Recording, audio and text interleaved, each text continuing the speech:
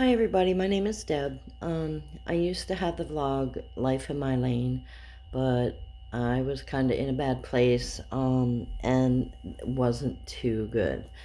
So what I've decided is instead of reading off of papers, um, I'm gonna go by just my experiences with mental health.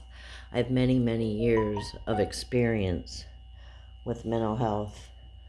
Um, I'm gonna start off by telling you what I do suffer from. Um, First and foremost, bipolar 1. For those of you that don't know what bipolar 1 is, it is ups and downs. You get really euphoric highs, or you get highs that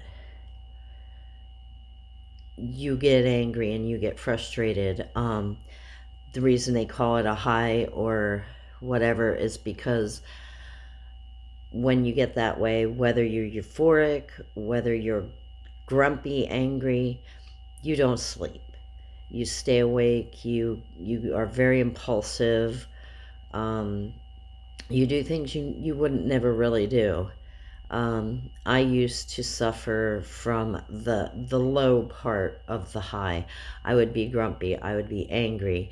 If anybody would say the wrong thing to me, I would flip off, and that was it. But this last time that I went into the hospital, which was March 5th of this year, I was in for almost 8 weeks.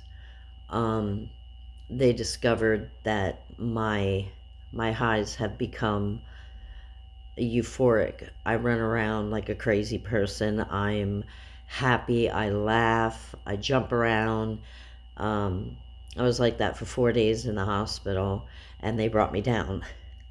And then when they brought me down, I went into a wicked depression. That is the low side of bipolar. Um, you get depressed. Some people get suicidal. Um, you sleep. You don't want to eat. You don't want to do anything. When I went in there, I was on that low side. I was to the point that, yes, I did get suicidal. But I made a choice to go in there because I didn't want to do that to my family, my friends, uh, the few friends I have.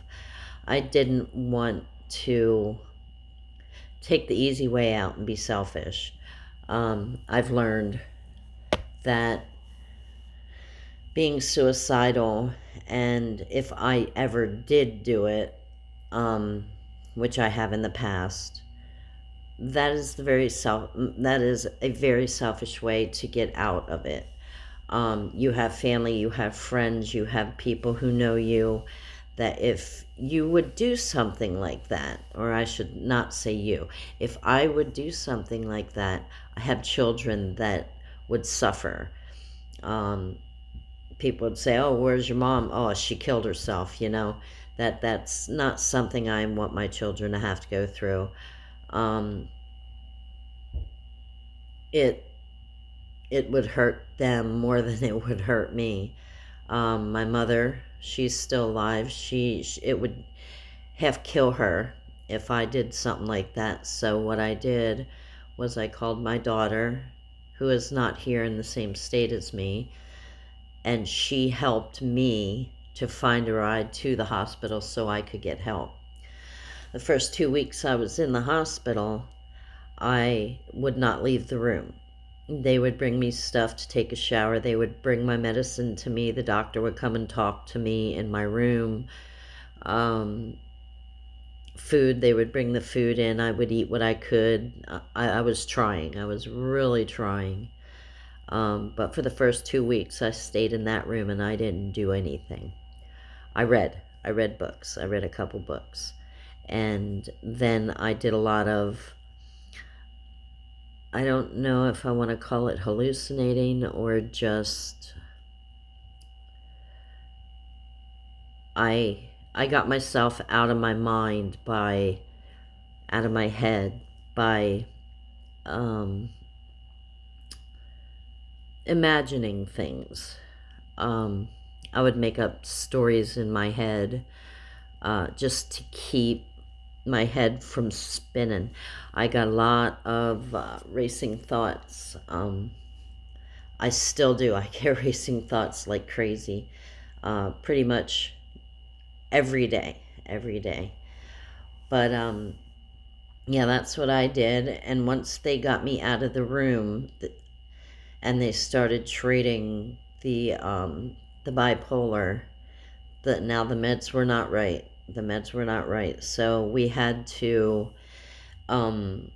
tweak them here and there. As anybody who knows mental illness, medications are hit or miss. They're either going to work for you or they're not going to work for you. Now, I had run out of pills. I had run out of my medication, and I did not have a doctor to go to get my medication. So I was pretty much done. I was living with a friend of mine, and she basically saw me going down and down and down and down, but rather than help me, she gave me shit. So that's why I called my daughter, and I was like, you know, little girl, I have to go to the hospital. I have no way. My friend wanted to take me to a different hospital that I was used to going to, and my daughter made sure I got to the hospital that I wanted to go to.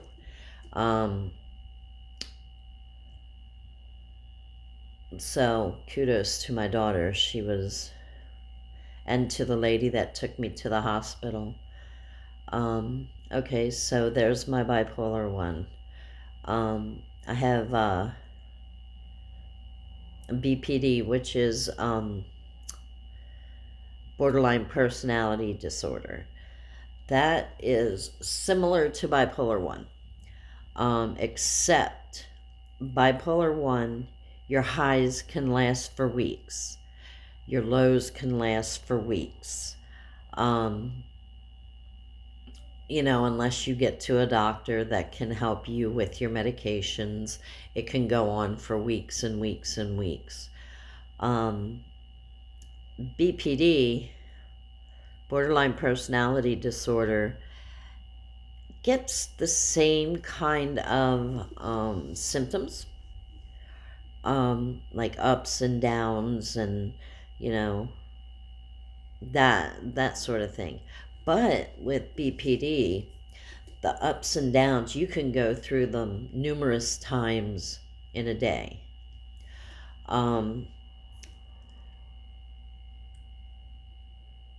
Like the ups, you get high, of course, you get high, and then you'll go down, and you'll be in a low. And if you're lucky, the meds that you take for bipolar 1 or 2 or whatever you take it for, hopefully those meds will help to even you out, keep you evened out. BPD doesn't affect me as much as the bipolar does, so I don't really worry about the BPD too much. Now, when there's 2 other things that I suffer from, and these I do worry about a lot. I suffer from PTSD, and I think everybody knows what that is, but I'll say it anyway, post-traumatic stress disorder. There are many reasons that I struggle from that. I was never in the service, so, a lot of people have the notion that you have to be in the service to be diagnosed with PTSD. That is not true. You can get PTSD from, just about anything. Abuse, any kind of abuse, physical, mental, emotional, sexual, any kind of abuse can trigger PTSD. In my case, it was a lot of abuse, physical, mental, and emotional. That was from my husband. which I have not been with for 4.5 years, so thank God for that. I pity who he's with now, but hey, she chose it, she got it. I could have gotten out of that relationship a lot sooner than what I did, but I chose to stay in that relationship until my daughter graduated high school. Not her fault, that was my choice. That was my choice only. I told him about 5 years before she graduated, I said, when that little girl graduates, I'm gone. And he didn't believe me, he kept doing his shit. He kept, you know, the abuse going. He would cheat, he would lie, he would steal. Whatever, anything he could do to me, he did to me. It got so bad to the point right at the end there that he pulled a gun on me twice. He didn't, of course, didn't use it because I'm still here. But he was very physically abusive. And I'm not going to say I was innocent. I would fight back sometimes. He would push me into a wall, or he would slap the shit out of me and I'd punch back. It was crazy. Any kind of physical abuse that you can think of, minus sexual. There was no sexual abuse. Any physical abuse you can think of, I probably went through it.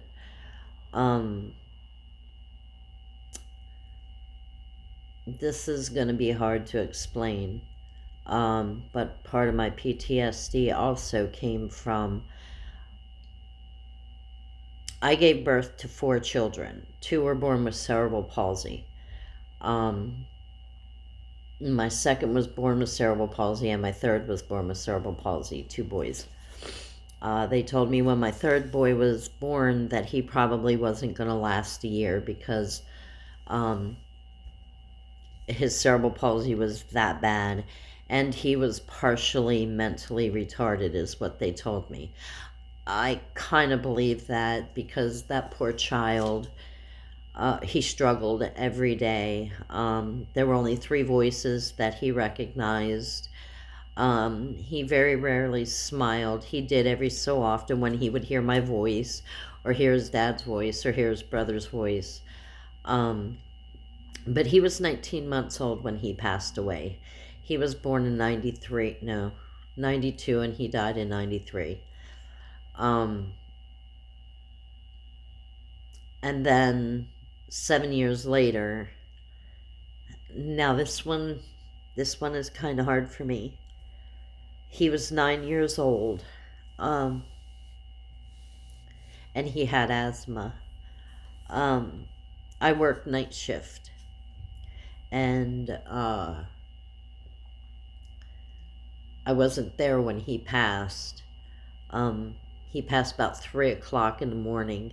Now the weird thing was I was at work and went out for my first break, which was a couple hours into the work. Me and my friend went out for the first break, and there was a big old moon in the sky. It was really cold, but whatever. We sat in my car, we ate our, we smoked our cigarettes, whatever. We went back in, and at 3 o'clock was our next break. So we went out into my car, I turned it on, warmed up a little bit, we started eating, and we looked in the sky, and there was no moon. The moon was gone. There was no clouds in the sky, no nothing. It was clear. You could see the stars, but there was no moon there. And okay, and so we didn't understand it, but we took it. Now, right before I went out to eat lunch, I got very cold. I don't know if anyone's ever experienced it, but very, very cold. My whole body got surrounded by, it felt like ice. And then, like I said, we went out in the moon, and then we came back in, and we went for our last 15-minute break, and guess what was in the sky? The moon was back. I may sound like a crazy person right now, but that is 100% the truth. When I went home, we got off at 7 o'clock. I dropped her off, and I went home, and Devin slept in a recliner chair because he had his hips. His hips were operated on, and he couldn't lay back flat. So what we did is we went out and we bought him a chair, a recliner chair, and we kept it all so that he was nice and packed in there and whatever. But he was 9 years old. He knew what he wanted and what he could do and what he couldn't do. Now, a little tidbit about him. The second born, his name was Devin. He was in a school that was not doing anything for him. He went into a regular school when he was 7.5. And in that year and a half that he lived after he went into that school, he went from a kindergarten level clear up to mid 5th grade in a matter of a year and a half.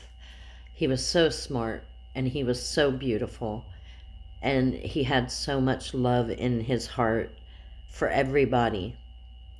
And when I got home from work that day, I found him, and Devin was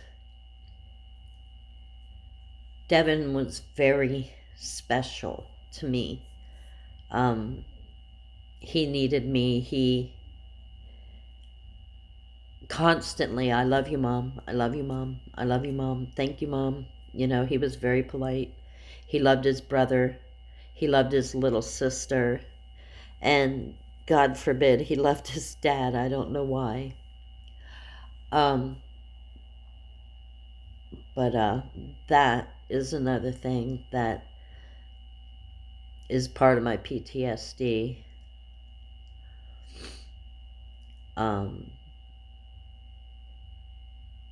Yeah, I don't think I'm going to go on any further with the PTSD right now because it's hitting me. Hold on, I need to drink water.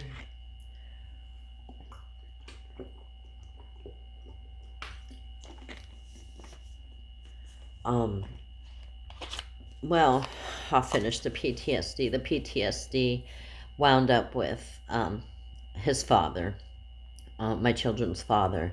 All 4 of them are to the same guy. I'm not a baby mama.